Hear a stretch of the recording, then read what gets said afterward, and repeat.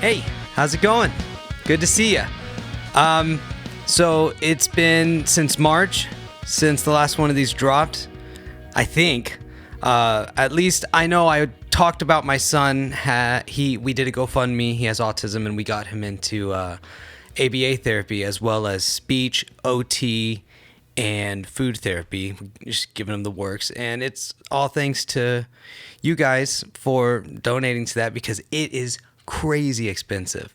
It's been life-changing, so just forever grateful. Life-changing for us and for him, and I just feel obligated to update those who, not even obligated, I want to. Anyone who donated to that, I just want you to know, like, it's been amazing. He loves it, and we love it. They have an hour-long parent training every week where Haley and I go, and they'll tell us what they've been working on with them and how we can do that, implement that at home, and then we'll tell them things we want to try to start doing or whatever. But it's been incredible. And it's so wild how so many times the thing that I want help with, like, hey, we're trying to do this with him, and this is happening, whatever, or this is not happening. And they'll suggest, like, try this, and it's like the tiniest tweak. And then all of a sudden you get home and you're like, hey, it worked. That's why you're professionals. You know, I'm so thankful there are people out there who that's their passion, is to go figure out, not everyone learns the same way, or some people's brain development is doing this. I don't know. I don't even know all the words to try to give a good example of what their world is like, but I'm glad they exist, and they're amazing. And anyways, if you want to know where Maddie's going to school because you would like to get your child into that school or someone you know, let me know and I'll tell you the place. But I don't want to say the place over the internet, if that's okay. But yeah, so there's that. And this episode, I interview my buddy James Motter. He's one of my best friends, and he plays drums in my band Words. He's an amazing drummer. And he also makes electronic dance music under the moniker Millennial Trash. And he's really good at it. He's making video game music now. We talk about that. And it's a really, it's a fun conversation. And I'm glad to have it because one of these days, many years from now, I want to be able to... I don't remember everything. Let me rephrase. Or let me stop that thought and come here. I don't remember as much as I'd like to. I thought all those years of touring in a band and playing shows, I'd have like all these memories to just think back on and be like, man, what a fun time. And I can still think what a fun time, but I don't remember as much of it as I would have liked to. And I spent so long trying to be in the moment and not capture as much stuff on my phone so I could live it. But I think that you should probably capture some of it on your phone if you can, because here I am. I can't even tell you the number of shows I've played has got to be close to the thousands by now. And I can remember like 40 maybe. It's kind of a bummer, but it is what it is. But it doesn't matter. Now I want to try. I like making things. It's fun to do this. It's making me practice looking at a camera and talking because I normally don't like to do that. But I'm going on like 15 years of that being part of what I have to do, and so I've got to get better at it. So this is me trying. I'm trying to make eye contact. I'm going to do this a lot, but I do that anyways. You should have a conversation with me at like the mall cafeteria. So POV, you're Haley. This is me, and this is me at the cafeteria, and I'll talk to you for an hour like this, and I don't mean to. There's just so much happening. So coming up in a minute, I want to do a Learn Something segment. If you're not aware of that, it's where I Google something I don't know, and we learn about it together. That's probably going to be after this, and then we'll cut to the interview with James. But so yeah, you'll see in just a few seconds. But I wanted to give a thank you and a shout out to our sponsor, Dutch Bros. It's been an awesome partnership since we've connected with them. And it's a great coffee shop. I don't know if you've ever been there. They've got cool branding and these things like to be so calm. It's a peace of mind. To have so much peace, it's a state of mind. I don't remember what it says, but it's very kind of like hippie and love and unity vibe. They've got these awesome drinks like the Double Torture or the Annihilator. Haley's favorite is the Suffering. She gets a medium Suffering with non-fat milk and an extra shot. And they have another one, a new one called, I think it's Child Labor Laws. It's a nitro brew. And it's incredibly cheap, like cheaper than any other nitro brew you can get. And just a wonderful, loving community and place. And I love Dutch Bros, so it's been really cool to partner with them. But anyways, this episode brought to you by Dutch Bros. And let's learn something. We're gonna learn something. We're gonna learn something. We're gonna learn something. What could it be? All right. We don't know yet. I am listening to Lana Del Rey, Pretty When You Cry, in case anyone's curious. And we're gonna learn something. I have two things I want to Google. I'm gonna try to go fast because I don't want to take too much of your time. Turn of phrase. Where did that come from? Turn of phrase meaning. Let's see. A particular or characteristic manner of expression. An awkward turn of phrase. Yeah, but like, where did it start? To turn a phrase.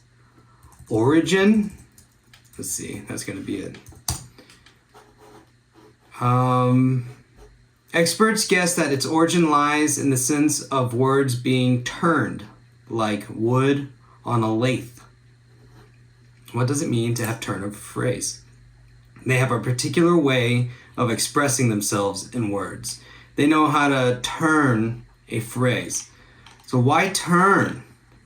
The meaning and origin of the expression turn of phrase. Here we go. All right. What is a phrase anyways, they say? Well, there's no exact definition, and so it depends on who you ask. Had you been around in 1530, when the word phrase was coined, you would have been wise not to have asked the language scholar John Palsgrave. It was he who first put the word into print, but confusingly gave two different examples of its meaning. Palsgrave's aim was to help Englishmen to learn to speak French, and to that end he published Les Clarcismen. Here, hold on. I'll get my computer to say it, because I am not going to be able to say it. Speech. Start speaking. Las Clarcismen de la langue francoise. Las Clarcismen de la langue francoise. Do you ever feel like you're just making sounds back with certain words? It doesn't even feel like a word. It's a sound. It's like making the sound of a car or a neat branch blowing in the wind with or whatever. You know, it just, saying that back felt like I was just making mouth noises, which is what all words are. Las Clarcismen de la langue francoise. Las Clarcismen de la langue francoise. All right, the first grammar of the French language, Palsgrave, illustrated the meaning of the word phrase by giving examples of phrases in English with their French equivalents. All right, so that's the gist of that. Let's get out of there. We're gonna have some French guy trying to tell us what he meant when he made it up. Not that I have a problem with that, but I don't think I'll do it justice. Rule of thumb origin. This has been said to derive from the belief that English law allowed a man to beat his wife with a stick so long as it was no thicker than his thumb. Ew. Whoopsies.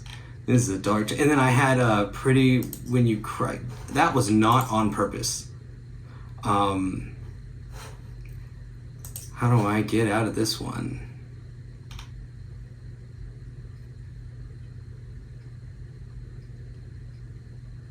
I'm just now realizing I never pressed record on my Pro Tools audio. I'm going to press it now. Well, I forgot to press record. This is what it should have been sounding like. And that's okay. You learn as you go. We did learn something.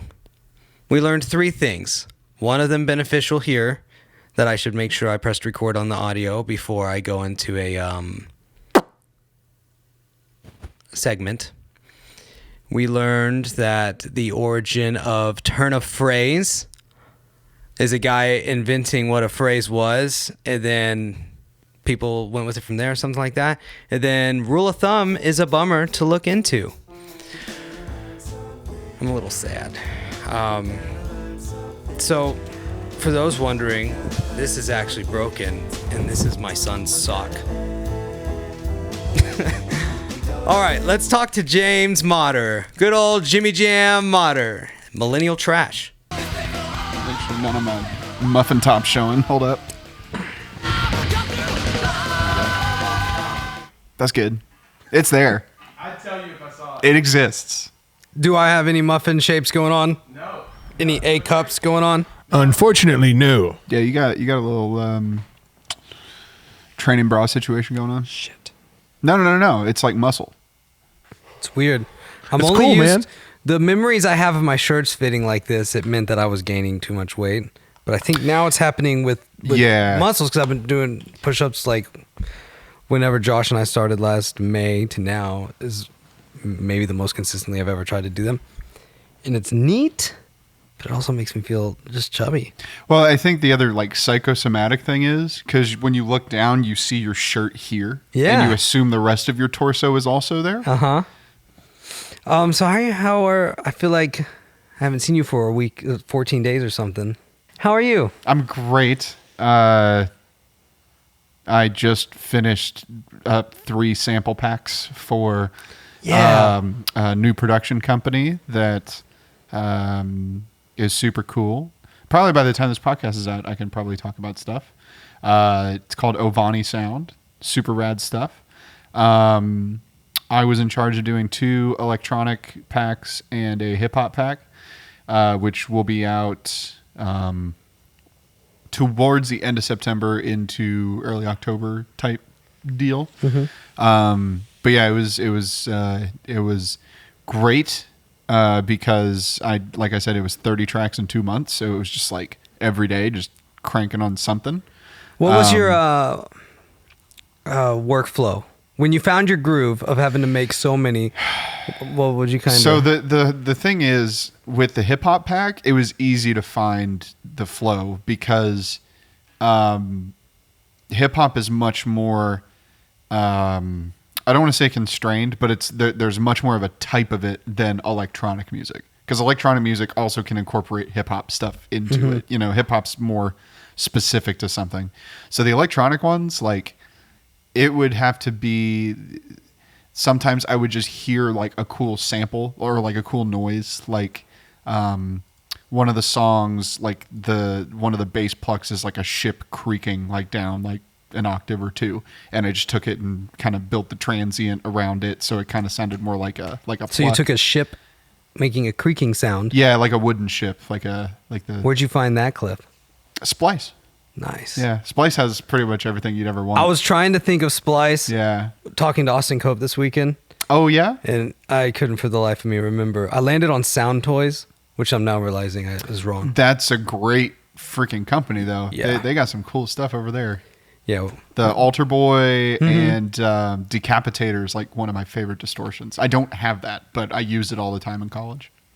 Yeah, I need to get some of those. I never get plugins. Yeah, there's only 2 on the horizon for me right now that I want. One of them is called Real 8. Excuse me. And it's a really rad 8-string guitar plugin. The same company that does that also does like a Fender variant of that. So it's like a Strat and a Tele combo that you can kind of switch between. But the Real 8 one, I downloaded the demo of that, and it's got some pretty gnarly. You can get some actual good tones out of it, and it sounds cool for the stuff that I would do with it. And then the other one's called Quanta 2, obviously the sequel to Quanta 1, but it is it's like a granulizer kind of thing. It uses like granular synthesis. So you can like import like pads or like tones and stuff like that. And it will create little snapshots of your file that you put in there, and it'll allow you to scroll through it to find like a particular part of the waveform you like, and then play it up and down the keys. And it'll like key match it too. It's pretty rad stuff. That is cool. But that's really all I know about it. I just downloaded a demo of that and made like the most ridiculous sound I've ever made in like maybe 30 seconds. It was crazy. I was like, That's awesome. This is one of those. Well, it allows you to get so serum plugins specific on what the sound me. you're trying to find. Yeah. It's amazing. And I don't know. I've been trying to figure out better ways to incorporate like spatially kind of stuff in the songs that I'm working on to like kind of make it more 3-dimensional. Because at least with electronic stuff, a lot of it's mono, especially like towards like, you know, the low end. You want your low end to be a little more mono, but in electronic music, it's like, you know, the 10 Commandments. You're anything under like 120 hertz should be mono. So it's a little bit more of a strict V rather than, you know, something else. But with Quanta, you can really like stretch out audio really cool, and like it'll you can like do like stereo spreading and all kinds of really fun stuff. But anyways, yeah, those are the only two that are on my horizon. Yeah.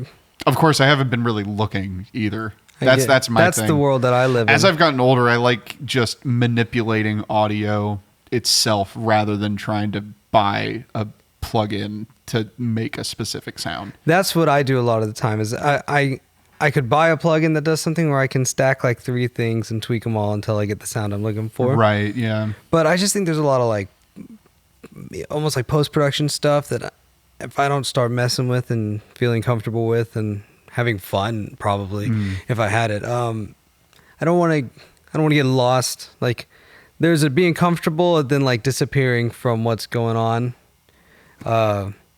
Like me with like electronic devices, I feel like is that like, God, I am still so not as good at these as other people. I was just having a conversation with Mike Osborne about this because he's 27, I'm 30, and you're what, 33? Okay.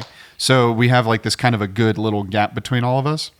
And I was like, I feel like folks that are in, and this is really specific to people who were born between probably like 88 and 95.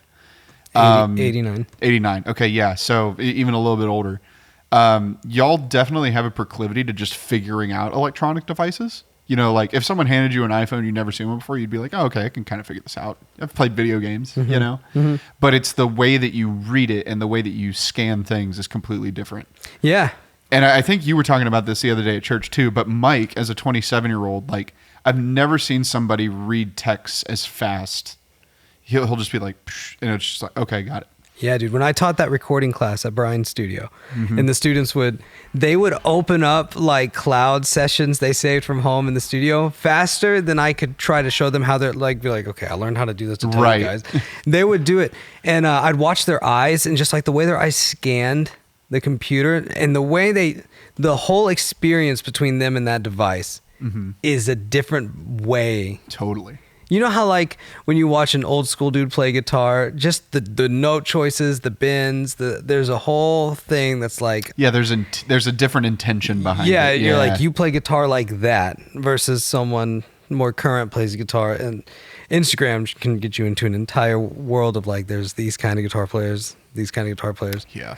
I think some of that like imprinted style of guitar playing that captures periods. I think that's what's happening with just how we interface with electronic devices at the same time.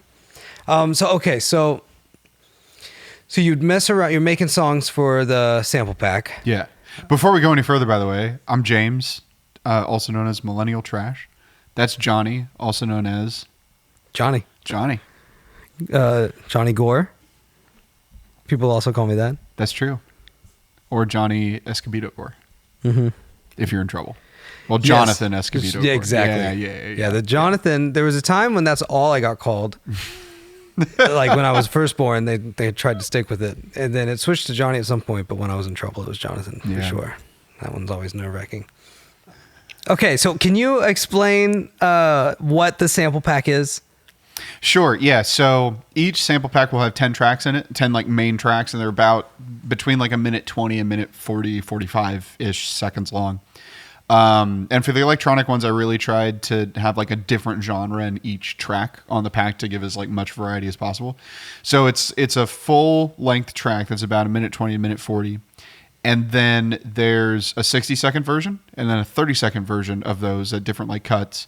And then there's 3 levels of intensity for the main one. So, you know, the main one that you'll get is the full intensity longest track. And then there will be one that's a little bit tamer and then one that's a little bit either more left field or maybe more ethereal or kind of, you know, whatever the track genre originally was will kind of play into that. And what you're doing in a way is creating that set of like motif of that melody, huh? Right. Yeah. And then the other thing, this theme of a song is in this many versions. Right. And the other thing that I wanted to make sure that I did was when I'm making music, I like using samplers a lot because I don't know what kick drum sound I'm going to want to use. So I'll just do it in MIDI and then put in like 60 kicks into like just a drum sampler, and I'll just move the MIDI notes up and down. So that way, you know, on the piano roll, it'll just trigger the different sounds and it'll keep the same pattern. So I wanted to have a bunch of different tracks that all kind of lend itself to like a certain style of either game or film or whatever you'd want to put it on. So that way you can just be having your game there and then you can swap the files kind of in and out.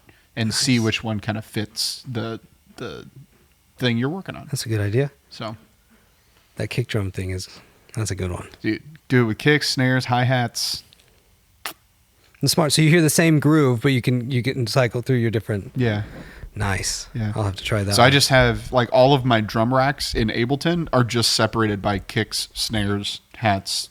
So you said you finished this now. You're done? Yeah. So as of today, all of the tracks are written. I just have to go and basically do the different intensities. Now, do you do anything on the master bus for these? I mean, I have a limiter. You know what I mean? So it's real basic. I do an EQ that cuts like some muddy 300 hertzy kind of stuff, and it's the Fab Filter Pro Q, so it has the dynamic mode. So it's kind of sidechained a little bit. Okay. And then I do like a 2K cut and a 5K cut, just like little divots in there because after drumming for so many years, those frequencies for me, for some reason, like the vocal, frequencies are just terrible. Like my ears just can't pick them up. Like if there's harsh frequencies. You think it has anything to do with like a hi-hat in your left ear? Totally does. 100%, dude. Yeah, dude. So I just have an automatic cut on those two because I just know that I can't hear it. So interesting. And then I have it's Ozone 5, the maximizer that's on there, or I guess limiter. I forget what it's called. It's the last thing in the chain that's on there. And I use the IRC3 clipping mode. And then I just bring the threshold down till for these packs, they're all between like -9 and -7 LUFS.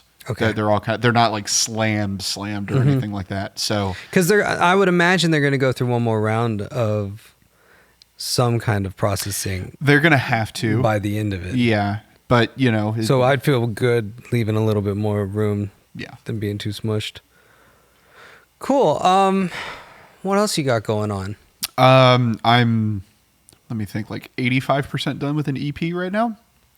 I'm very close. I have basically a little bit less than half of one more song to write, and then it'll be done.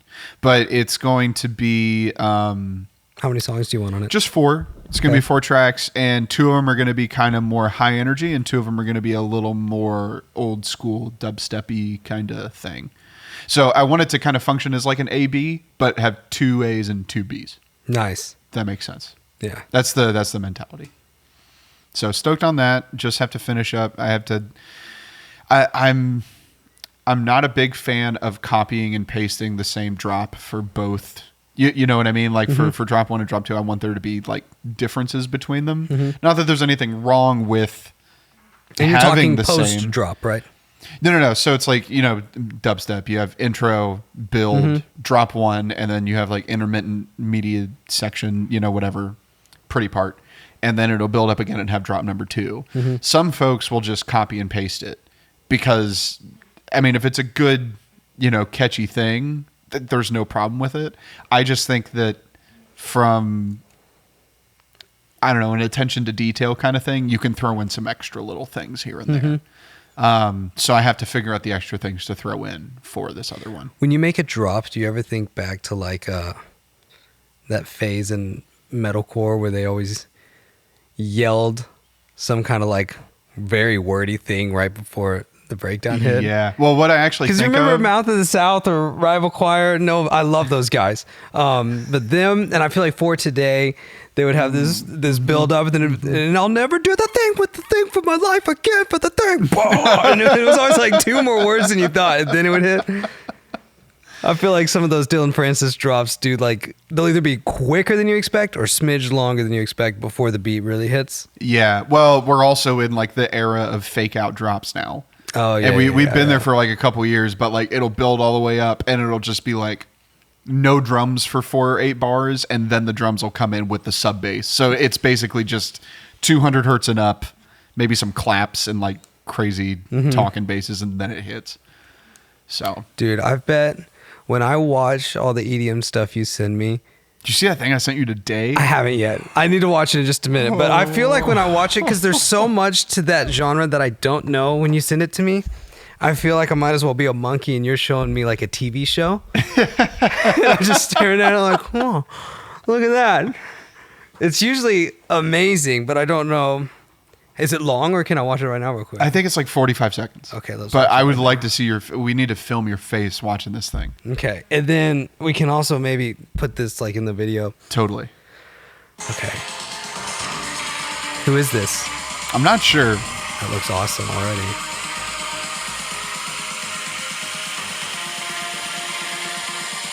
Oh, dude, those visuals are incredible. Of eternity. A bond forever and beyond. Oh my god, dude.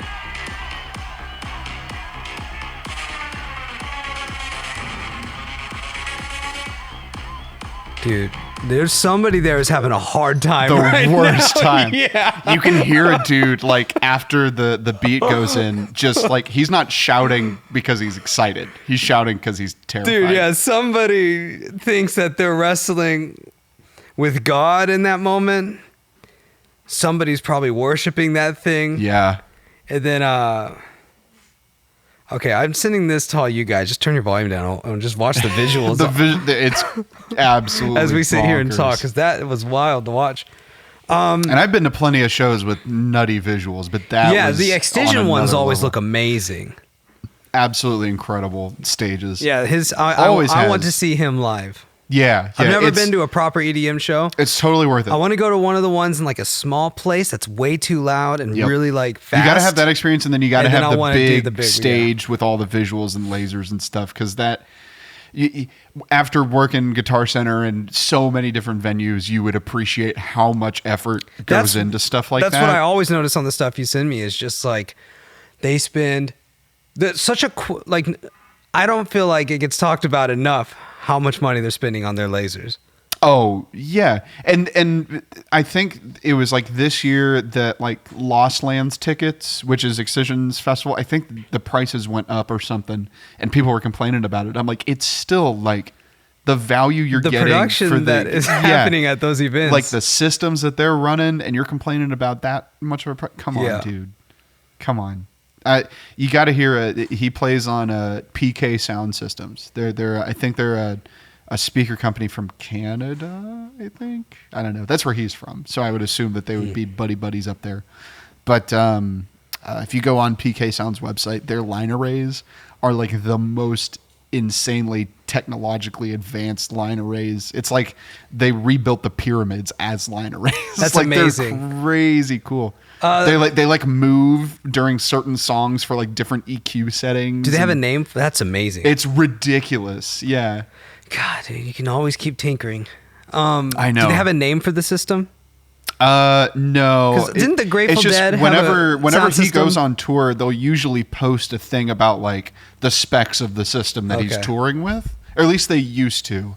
The first time I saw him, it was 150,000 watt system. That was a PK sound system, and then the second time was 250,000, and then the third time it was half. It was 500,000 watts. That When was you look at one of those stupid. giant festivals that Yeah. these guys are playing at, and there's all these EDM obsessed fans, what percentage of those people in that giant crowd do you think know this much about the craft? I've only known EDM people to be obsessed with it like you and know about the system, the whole, Yeah. you know what I mean? Yeah. But and I wonder, there's no way. It's like when you go to our music scene and you go see a band, everyone there is in a band. Yeah. And they're Yeah, watching yeah. they're watching people do the thing they want to do. And then they come talk to you, what's your gear like, man? Blah blah blah. And you're all just like, it's like going to a Magic the Gathering thing or something. It's like Sure. we're all into this thing. And Yeah. our scene, I feel like it caps out at a certain side. Right. So, like I would say with like Midwest emo, the percentage, the meter of just fans and jangly, mathy. Yeah. People Guitar who make up bits. their own guitar tunings. That's yeah. the amount of people at the shows live in this side of the meter than Totally. over here. I would argue that it's definitely less than like math rock and like Yeah. post hardcore and stuff like that. There's certainly like at any show that I've been to, any EDM show, I'll talk about production with someone in the crowd, or like another producer and I'll start talking or something like that. It always happens. Recently, I think this is probably just like a post-pandemic thing. There's just been a lot of newer faces like in the scene, which is cool. Like a lot of younger people. Like Ham's doing shows at the Granada. Shout out Ham Promotions.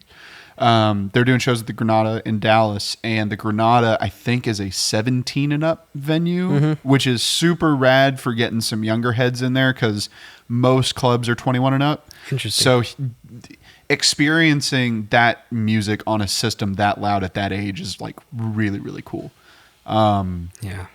But yeah, I would say that the younger generation is the computer generation, so they're probably either into even more intricate things than we would be into about that kind of stuff, or they just view it more as like a disposable vape. You know what I mean? Like it's there to just use, and then when you're done with it, you're done with it. Interesting. I think there's just a bigger gap. I just think it's neat. Dude, and then there's other people that are into just EDM fashion. That's a whole other thing. 'Cause Not you- even the music is just the soundtrack to the to the their, visual like, stuff yeah, they love. to what they like visually. Yeah, I've never. yeah. I totally get it, but I've never been one of those. But I can totally get it, where you're into a culture thing, and there's a soundtrack for that thing, and so you listen. Like when everyone in like 2012 started making leathered goods and listening to Mumford and Din stuff. and stuff. Yeah, yeah, there was yeah, a yeah. soundtrack that Yeah. came with that. To I me, get it. the first thing, the first thought that I had when you just said that was people dressing in like black trench coats and listening to IDM. You know, like in 2000, Yeah, like yeah, yeah. 99, Or the- 2000, 2001, that era where like that was the kid at the lunch table with these kind of headphones on before everyone was wearing these. Right. And you were Listening like, to "There's that guy." not Nine Inch Nails, but like more esoteric stuff than that. You know, some Dude, do you super remember out the there- band Columbine? Oh yeah, They were terrifying. Yeah, man. There's only been a few bands I've watched live and been like, "This is evil." yeah. They felt a little Oh, you evil. saw them live? I mean, like this. Oh, okay. Actually, back then it was probably on a computer, not on my phone. But yeah, I remember watching a set of theirs on like YouTube and just being like, "This looks scary." Like Cradle of Filth back in the day scared me, man. Oh, I watched it. yeah. I was like, I think there's people who like the vibe of like satanic metal, and there's people who want it to be. Yeah, That felt Yeah. like, let's live in a world where this evil is real right. and we worship it. Yeah, And if it's just play for them, cool. yeah. But like, That's what drugs Even are. hide and seek That's in what the dark drugs can are be in the scary. EDM scene. It's so funny. what, drugs? That is what you were just saying. It's just kind of like the people who are like They're the people who are like living the so-called lifestyle, like of satanic metal or whatever it would be. It's just people who are like super into drugs, like psychonauts and stuff like that. Yeah, that makes sense. A lot of people, which was cracking me up a second ago, thinking about when you were talking about one of the sound systems. I was like, it's so funny that there is a guy at that show like just like melting, and then there's also like a few people over, someone like you just being like, okay, interesting. So he's running all 120 and below mono. Yeah. And do they have dude, the first time I ever went to Lizard Lounge, I just sat at the sound booth, which was also like the light booth over in that corner, and I just watched what they were doing for like 3 hours. It was great. Yeah, I found myself so cool. They're triggering everything and all that stuff. I do that much more over the years too. When I go to a show, I feel like I'm there with like glasses and a notepad. Just totally. I'm like, who's on monitors right now? Just to take who's notes. Like, okay, there's the monitor guy. Okay. Like when Under Oath came through, I almost got to go see them when they came with it. It was a good lineup. But one of the reasons I was really curious to go was I was like, what does Under Oath now sound like and look like? You know, what's the experience? Because I saw them as a child, and 16 or something. Incredible. Yeah. And so it's like, now I want to know, when we've all are at this phase of our life, what is it like? Because there's a part of me that's always wants to be ready to have to go out and like tour again. Mm-hmm. And I just like, what are the pros who've been pros for a long time? What does it look like now? Because I haven't been to a big show since, I think, Sound of Animals Fighting or Enter Shikari. Yeah. Those were like the last two big shows. Next time Enter Shikari comes through, I got to go see them. They're in San Antonio, and I've looked at it trying to figure out if I could pull it off, but it's like midweek, and I don't think I could. Oh, yeah. But they're coming back to the U.S., and that I think is as close as they're getting here. Man. Hey. Okay. It'd be crazy if this SM7 could pick that up. Expand. Oh, that was just me stretching my ears. Yeah, are you stretching your ears right now? So so here's the deal. I've been at a 9/16 for like 4 years now. It's these exact same like white plugs that I've had for freaking forever. Okay. Ignore my haircut or lack thereof. So I stretched up to 5/8, which was like my goal size from starting, and I stretched them up. I had the tapers in for like probably 2-3 hours, and then I popped the plugs in, and holy crap, 1 millimeter, it's only 1 millimeter bigger than these, looked massive. Like I was looking like Dumbo, dude. It was crazy. My lobes were starting to flare out. Yeah. And I was like, oh no, dude. Like this was like my goal size. And I put it in, and I walked out, I was like, babe, what do you think? And I looked at Morgan, and she goes, those are big. And I'm like, yeah, they're really big. And she's like, oh, your body, your rules, like do what you want. And I was like, thanks, but I think I'm probably just gonna like take it because it like I didn't know. Dude, you were thinking, I wish I would have done this at 24 and not 30. Is that what you were thinking? Right. I was just like, I wish I didn't think about this, and I would have just done it earlier. But now it's just like, dude, it looked a little gnarly. I'm not gonna lie. Yeah. So I still have it. I didn't throw it out. Yeah. I have that one, and then I have the size up from that as well, which I don't know if I'll ever go like above 5/8. Because like I said, 5/8 was like my goal. Do you think you'll have a face tattoo before you get to that to 5/8 or the next one up? The next one up. Oh no, I'll stretch before I get a face tattoo. Okay. Yeah. Yeah, I'm hopefully gonna get my nose done here soon and have a third life crisis. It'll be nice. Yeah. I'm not gonna have a midlife crisis because my life's not mid, bro. You know what I mean? I do. I learned what that meant. Yeah. I learned that. This is what I was just talking about. 27, 30, 33. Just enough. Just enough. It's like, funny. I've been on the Reddit. Yes, exactly. I didn't understand. It looked so weird to me that I just was. It's hard to get into. I made one though. I think Brewmaker. That's cool. Something is my name on there. If you want to. There's a lot of really great production subreddits. I'm sure. It's incredible. Like EDM, r/EDM production is really great. r/trap drums is really great. What do you do in there? What do you mean? Like, okay, so What is Reddit? You mean? No, I know what it is, but I don't know how to play with it. Like, how do Oh, you? okay. how- So what are you doing when you're there? So the best way to kind of do it is like if you have a subject in your mind that you're like, I'd like to learn more about this, like whatever it is, like freaking. I think I subscribed to some on my one night. I tried. Bro, you just picked your phone up upside down and turn the flashlight on at the same Dang.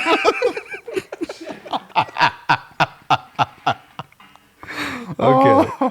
Anyways, so if there's something you want to learn about or know about or whatever, just type in that to Google, like cooking or drumming or guitar tone. Like if you looked up just guitar tone subreddit, it'll show you all the different like subreddits that just have to do with guitar tone. Then you can go subscribe to those, and anybody in that group is a like-minded person Is and that wants to. is that what I made right here? Yeah, so r/art. So that's just artsy stuff. And so what's happening in there? Let me open it. Oh man.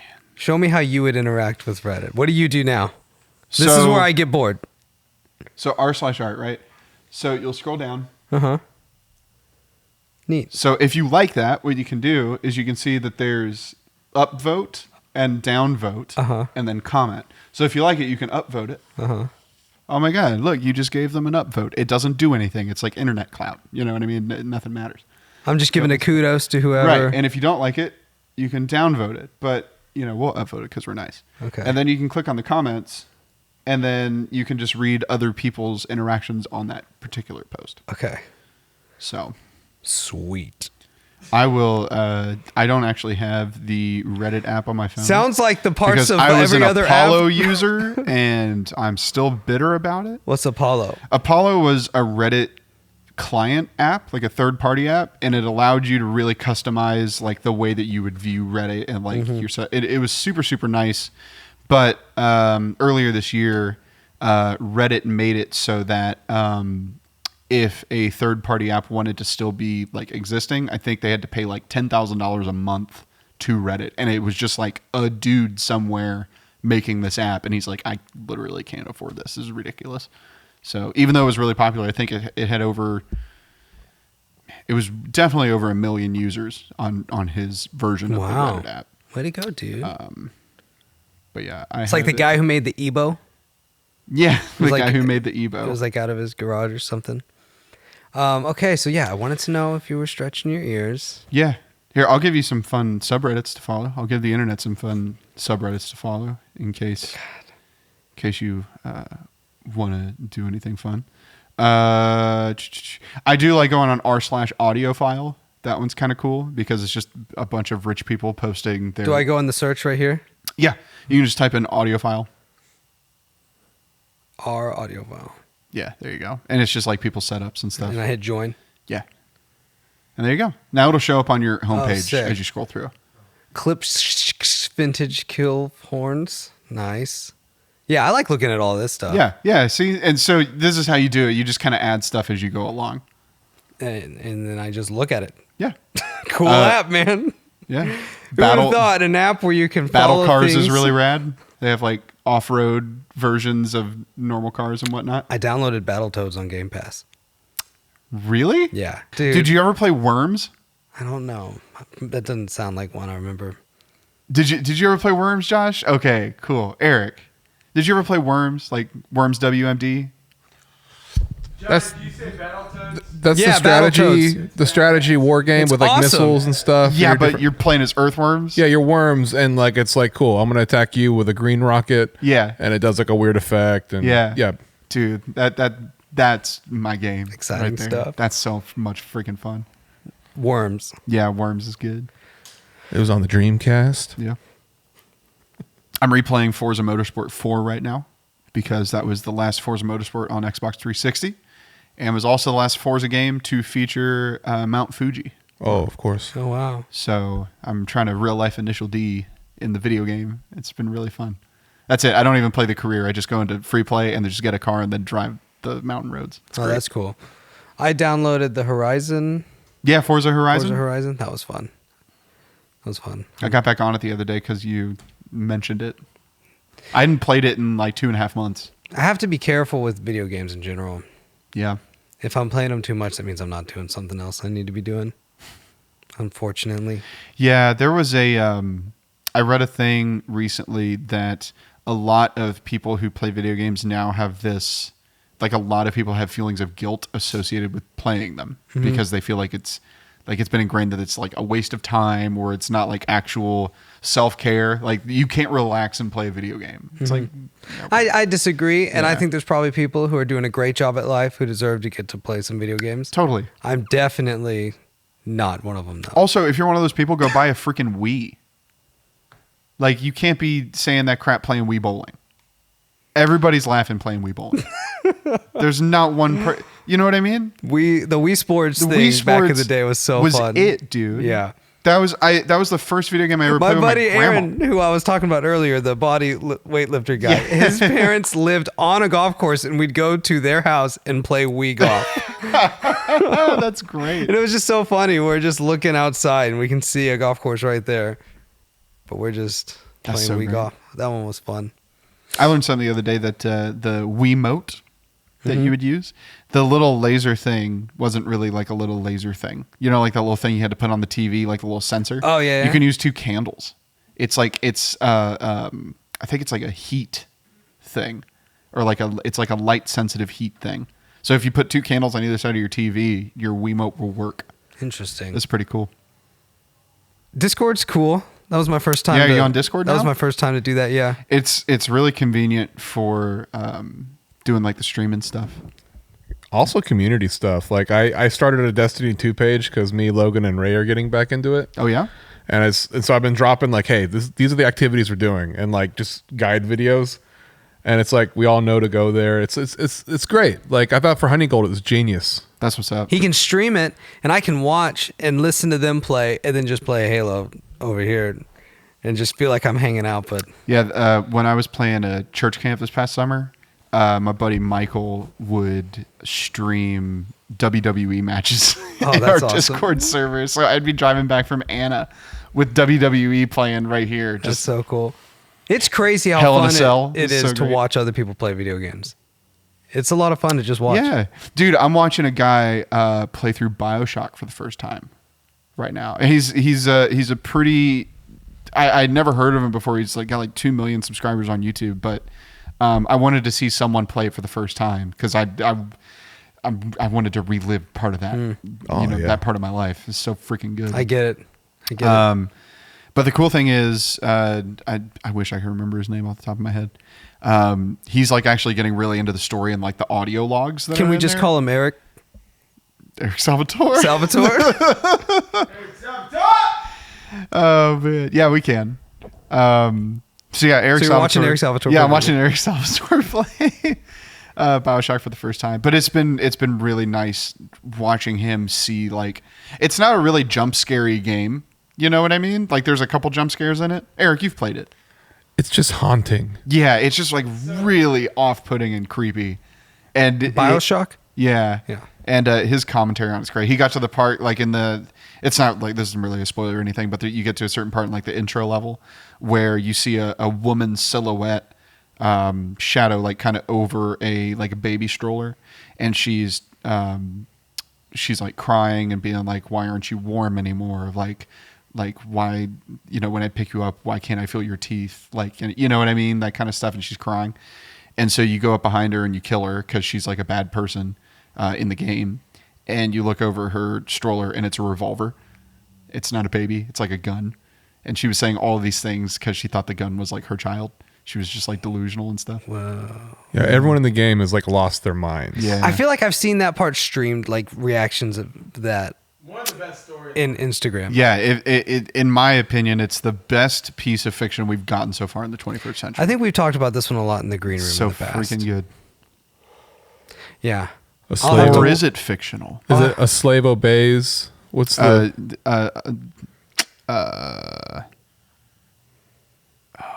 A slave obeys is the second part of that. A man chooses, a slave obeys. Yeah. I just liked it. It was nice. Yeah, dude, Dragon Ball Z ruled. All right. Yeah, dude. You want to watch this? My favorite Pokemon. Okay, show me. I don't think you need the audio, but I'm going to make sure it's on. Yeah. That's good. It's not a farting video. No, it's not. It's not. All right, you ready? It's really quick.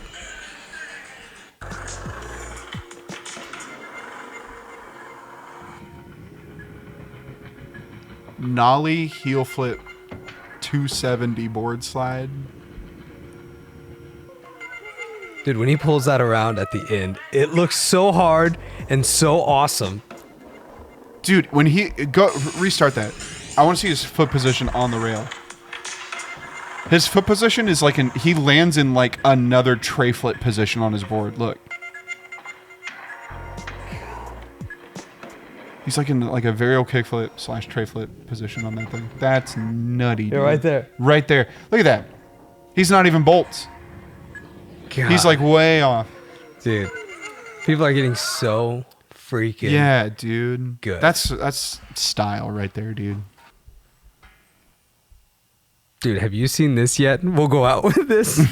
That is absolutely insane, Oh isn't my that? god, dude. I probably won't put that in this, but I just... That's one of those stop clock is right twice a day type beats. Yeah. Yeah. It's funny. It's very witty. Okay, well, is there anything else you want to promote or say or do to the fans, man? I'll be better about releasing music. I've just been writing a lot of tunes for video game That's stuff, which so has cool, been man. super fun. I think that's so cool. I need to put more dubstep and fun other bassy tunes out into the world again. Was there anything about your EP you wanted to say? Anything more? You got 4 So songs? yeah, like I mentioned, it's like 2 A tracks and 2 B tracks. Mm-hmm. One of them on there is a homologation of sounds that I've used in previous Millennial Trash songs. Oh, cool. Repurposed and, remixed, remastered, re-timbred, I guess. I don't know. Compiled with some like newer sounds that I've been really experimenting with. So that'll be really fun. So if you are a fan and have been listening since even pre-Millennial Trash stuff, you're going to hear some familiar sounds in some of the songs, so that's going to be pretty cool. I'm more excited for folks to hear the B sides, honestly, than the A sides. The A sides are really fun, but the B sides will make you kind of lean back in your car a little bit, and crack the windows a little bit, and Nice. But that's the goal. It's more of a cruising kind of thing. So. Cool. Yeah, so that's really it. I'm hopefully going to be doing a little bit of merchandise this fall / winter, which will be Good. cool. Make a beanie. Yeah, definitely going to do some beanies. Also, definitely going to have some mad stickers going on. I'm not talking like the little ones that they hand out at shows. I'm talking like there's going to be some holographic type. Dude, these little water Crazy. cans that everyone's getting and they're putting Oh, the stickers Stanleys, dog? on. Now's the time for I stickers. got myself a Stanley. It's great. Let me tell you. Haley Morgan has had one. one. Morgan had one for a while, and I was like, "Why is this so cool?" And then There's I got another, one, a and I Yeti. get Is it. a Yeti the same thing? Yeah, they got those coolers, dude. Yeah, those when- Yeti coolers are pretty tight. On those mission trips this summer, like all the kids, they all had them. But not, I don't know if they were all Yetis, but I know what you mean. Yeah, they yeah, were yeah. all. And one of the little girls had a custom little sash that would hold the Yeti, and it was made out of like rope and stuff. And she was like, I got this for $5 on Amazon. And I said, wow, I hope the kid who made it got one too. And then we were going to do mission work with inner city kids, and I said maybe he'll be there today, and you can show him that you got it. But I was just Jeez. screwing with her. Dude, you should have said that used to come in a backpack when I was a kid. What? Remember those water bottle backpacks, like the camelbacks? Yeah, I remember those. Yeah. I remember those. I remember getting And a then bike. carrying 5 gallons of water on your back, and how heavy that freaking was. It's called rucking. People do that for exercise, and we did it because we thought it was better to put it there. I don't know. I remember when I got a bike where I could stick a water bottle on the frame under the seat. Yeah, I had one, and then I took it off because you couldn't stand on it right there. Yeah, it did get in the way, but it was cool. It was cool to have water right there when you were thirsty. Yeah. Anything else? That's it, I guess. Yeah. So just some merchandise, new EP. Yeah. Going through some animes. Going through Demon Slayer and Monster right now. You enjoying your apartment still? Yeah, the apartment itself and the complex itself is dope, and like everybody who lives there is super dope, really nice, really quiet. But the road noise is just kind of outrageous because we live on the 6th floor, and then on the other side there's another 6th floor apartment, and it's just like 2 brick buildings with a street in the middle where people drive their straight piped whatevers up it. Which, as a car enthusiast, I'm all for straight piping your car. It's neat when Go you're do awake. it. It's great when it's 3 in the afternoon and you're having your afternoon cup of coffee and you hear a straight pipe LS go by and you're just like, oh yeah, that's nice. But at 11:30 at night on a Tuesday, no, it's not the groove. Yeah. So Yeah, I get it. Yeah. That's how I feel about those drum pads that people practice on. that are way too loud. Yeah, there's such a loud option for the not as loud option. As I've said many a times, drummers cannot noodle. There is no place for us It's to really noodle. tough to man. noodle, but when you're watching someone thighs, practice like maybe. rudiments and stuff, it looks cool. But if Yeah. you were trying to sleep, it would be obnoxious. So yeah, Oh, the worst ones are the practice pads for the pedals. Have you seen those? yeah. Because you hear the squeak and, squeak you hear the with it, squeak too. and it. Yeah, that's a high functioning person's like nightmare sound. Cool. Well, thanks for talking with me here. Of course, dude. It was fun. Not a problem at all. Thanks for having me on. I'm excited to do some more music stuff for the rest of this year, and then also, have you talked about the competition? Not on here yet, no. Should you do that, or should we bleep that? This is gonna be a nice teaser, I guess. Okay, well, tune in next time Yeah. to hear more details about a competition of the skating variety that there will be live music at, which we will be procuring ourselves for. Yeah, dude. I've been watching Top Gear, so it's just like a bunch of British Jeremy Clarkson jargon in my head right now. Procuring. Stretching it out as long as I can. No, that was good. That was good. I've been reading The Hobbit, so Oh, man. I'm used to that. Jeremy Clarkson, J.R.R. Tolkien. That was the longest way to say the bushes were green and they were over there. You're just like, God, did I get all that? Am I missing anything? That was 2.5 pages ago. I did that last night again. But anyways, it's been fun to, just as it is for you to watch that. Playful dialogue is entertaining. Yeah, for sure. At least to me, it's fun to hear people who describe things like the one way you weren't looking at it. Yeah. All right. Well, at Millennial Trash. Yeah, you can find me at Millennial Trash without the A in trash, but with 2 L's and 2 N's in Millennial, because that's how it's spelled. Dude, you know how there's... So, never mind. No, go ahead. I was thinking it'd be funny. You know how Say words. there's bands that have their band name, but it's like no vowels. Yeah. That's the band name. Is this where like Eric's made some really? That's great... what my gamer tag is. If anybody wants to play Xbox with me, it's Millennial Trash without any vowels in it because it has to be less than 12 characters. Okay, so it's just all the consonants. It's MLLNNL TRSH. That's funny. Anyways, I was thinking, what if somebody made a band name, but instead of no vowels, there was no consonants, and it was still trash? It'd be like, what's your band name? Trash with no consonants, and it's just the A there. That'd be funny. That's so funny. Oh, man. But yeah, 2 L's, 2 N's, no A in all socials. Yeah, I find me on am. there. I don't even want to give out my gamer tag because I don't need to be playing, but I like playing with y'all. I'm trying to read more at night, and when I read at night, it's for a little bit, and then I fall asleep. When it's online gaming, dude, it just becomes. Yeah, you're up for a while. I was up 2 hours longer than I wanted to be. I don't play video games past a certain point at night. I'll just go hang out with Morgan and we'll watch something on Netflix together. So that way we have just like, okay, this is our time to chill. I get it, but when like these guys are like, "Hey, we're gonna be on," it's kind of.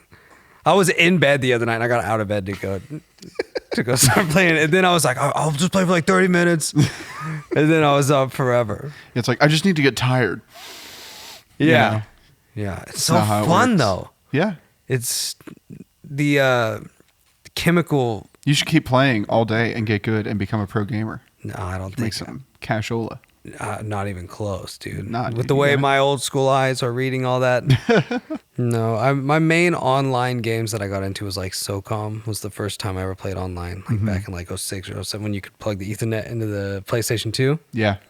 And that was so fun. And it was like whenever, like when I tore my meniscus and couldn't skate, I'd play that. When I broke my hip. And, Dude, I tore my meniscus. It gets really hot in there. When like Yeah, the what's up inside of with my that? knee just started to feel on fire. Yeah. It hurt. Dude, it was crazy. It happened to me during an ice storm. So it was actually a little, like I didn't notice the heat until I got home. But yeah, it was. It happened to warm. me at Cyclone Skate Park, and I landed and felt the pop, and I pulled my pants up just to see, like, what was that pop? Yeah. And it started swelling, and it got really hot. But anyways, dude, thank you again. Of course. I love talking with you. It's fun to It's always hang. fun. And so it's fun to have captured some of these memories for the kids and the grandkids one day to hopefully Yeah, that'd be wild. care to watch and see what old Grandpa Jim was up to. Grandpa Jim. Okay, goodbye, All everybody. right, later. Bye.